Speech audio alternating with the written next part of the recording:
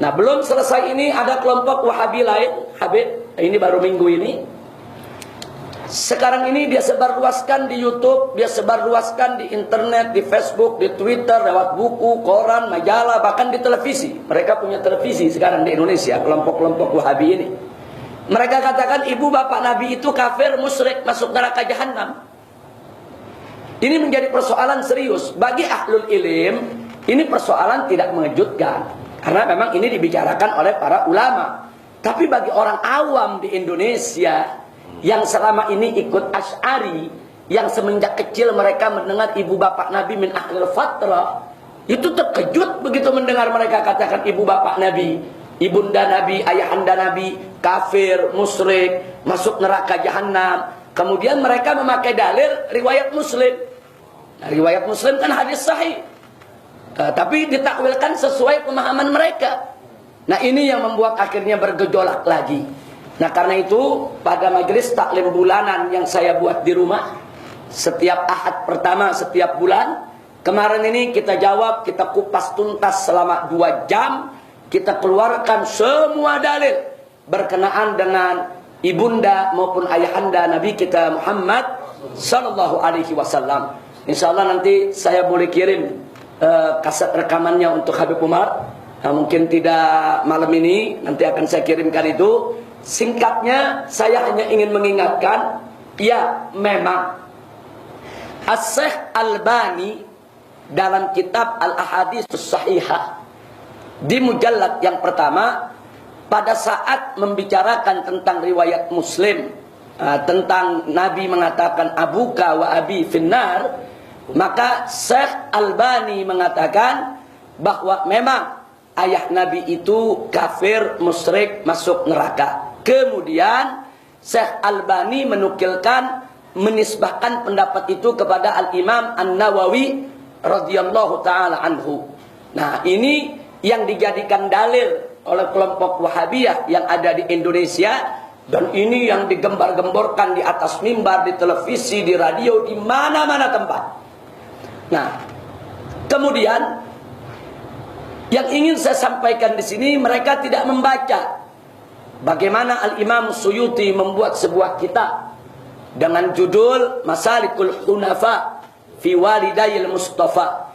Itu risalah Imam Suyuti dimuat dalam kitab Al-Hawi lil Fatawa lil Imam Suyuti. Di situ ada tulisan Imam Suyuti khusus tentang ibunda dan ayahanda Nabi Muhammad sallallahu alaihi wasallam, dan bagaimana Imam Suyuti mengeluarkan semua riwayat serta bagaimana beliau menjawab satu persatu berkenaan dengan hadis yang ada dalam Sahih Muslim rahimahullahu taala. Tidak sampai di situ, Al-Imam Al-Baijuri dalam hasyiahnya terhadap kitab Jauharut Tauhid juga menjelaskan dengan tegas bahwa ibunda dan ayahanda Nabi adalah min ahlil fatrah.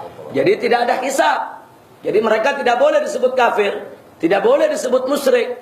Mereka semua min ahlil fatrah, tidak ada hisab, dan mereka semua akan masuk dalam surganya Allah subhanahu wa ta'ala. Nah, apa yang disampaikan oleh Imam Baijuri dalam Tuhfatul Murid fi syarah Jauharatul Tauhid, dan apa yang disampaikan oleh Imam Suyuti dalam kitab Al-Hawi lil Fatawa, ini yang menyebar di seluruh dunia Ahlus Sunnah wal Jamaah.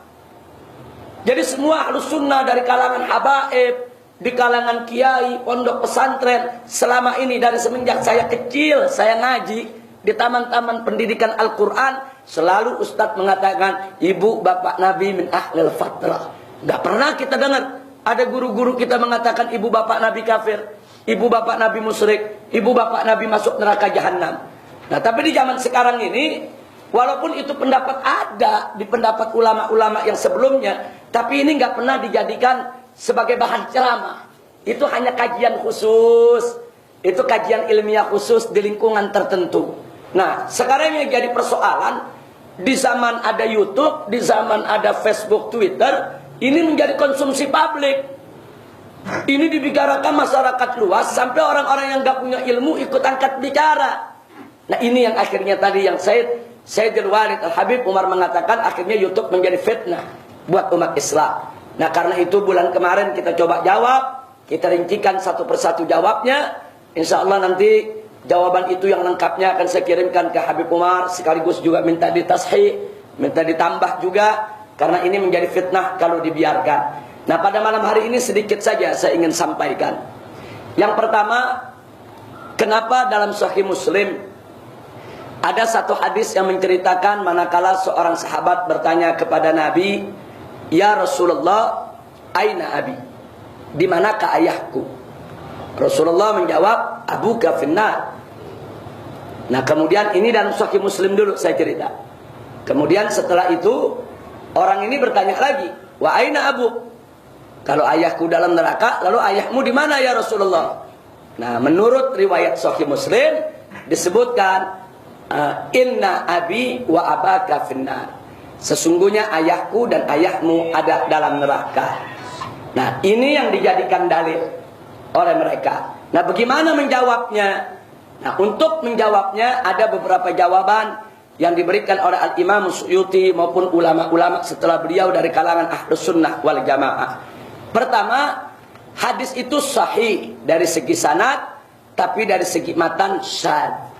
Kenapa dari segi matan syadz? Karena ada hadis sejenis, hadis serupa yang diriwayatkan oleh Ibn Majah, diriwayatkan oleh Nasai, diriwayatkan oleh Tirmidzi. Itu tidak ada kata-kata inna abi wa abaka finnar. Riwayat yang tiga ini menyebutkan, tatkala orang ini datang, "Ya Rasulullah, di mana ayahku?" Nabi menjawab, "Dalam neraka." Terus dia tanya lagi, "Lalu ayahmu di mana?" Nabi menjawab, "Idza mararta bi qabrin kafir fabashshirhu binnar." Kalau kamu melalui kuburan orang kafir, kasih kabar tentang neraka. Nabi nggak pernah menjawab ayahmu dan ayahku dalam neraka. Jadi di sini menarik. Di Sahih Muslim ada jawaban inna abi wa abaka finnar, tapi ada tiga riwayat yang serupa nggak menyebutkan itu. Nah, ini kalau dalam ilmu hadis disebut syadz. Artinya syadz, kita lihat perawinya. Ternyata perawinya yang di dalam Sahih Muslim itu diriwayatkan oleh Hamad ibn Salamah. Sementara dalam riwayat yang lain yang serupa itu diriwayatkan oleh Ma'mar. Nah, di dalam ilmu hadis disebutkan bahwa Ma'mar ini adalah lebih aktar dabtan, aktar hifdan daripada Hamad ibn Salamah. Nah, sehingga hadis tadi tidak kita katakan palsu. Kita tidak menuduh Imam Muslim dengan tuduhan yang tidak patut. Imam Muslim imam besar, Imam Ahlus Sunnah wal Jamaah. Sahih Muslim menjadi rujukan kita semua. Tapi bukan berarti semua hadisnya 100%, yaitu harus kita terima bulat-bulat seperti itu. Tidak. Yang pertama, hadis ini tetap sahih. Tapi kalau mau diartikan bahwa kalau mau diartikan tentang kata-kata ayahmu dan ayahku ada dalam neraka, maka hadis ini bertentangan dengan hadis-hadis lain yang sejalan, sehingga bisa dikatakan sahih. Itu pendapat pertama. Pendapat kedua mengatakan hadis ini bertentangan dengan ayat Al-Quran. Di dalam surat Al-Isra ayat 15, Allah subhanahu wa ta'ala berfirman, faqala ta'ala, wa ma kunna mu'adzibina hatta nab'atha rasula. Tidak sekali kami itu mengadab, kata Allah, tidak sekali-kali kami mengadab suatu kaum sampai kami kirim seorang rasul. Ayat ini dijadikan dalil oleh ulama Ahlus Sunnah wal Jamaah. Kalau satu kaum tidak sampai kepada mereka dakwah, tidak sampai kepada mereka dakwah para nabi-nabi yang manapun, maka mereka ini tidak akan pernah diazab oleh Allah, baik di dunia maupun di akhirat. Artinya tidak ada hisab. Dan ini berlaku bagi ahlul fatrah. Ahlul fatrah itu adalah mereka yang hidup di dalam masa kekosongan nubuah antara nabi yang satu dengan nabi yang lain. Jadi kalau umat jahiliyah antara Nabi Isa alaihissalam dengan Nabi Muhammad sallallahu alaihi wasallam, ini terjadi kekosongan nubuah. Ini disebut ahlul fatrah. Sehingga mereka yang hidup di zaman ahlul fatrah tidak akan diazab oleh Allah, karena Allah tidak mengirim kepada mereka seorang rasul atau seorang nabi pun. Nah, ini akidah Ahlus Sunnah wal Jamaah.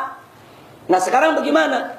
Ayat Al-Quran mengatakan ada ahlul fatrah yang Allah tidak akan azab mereka.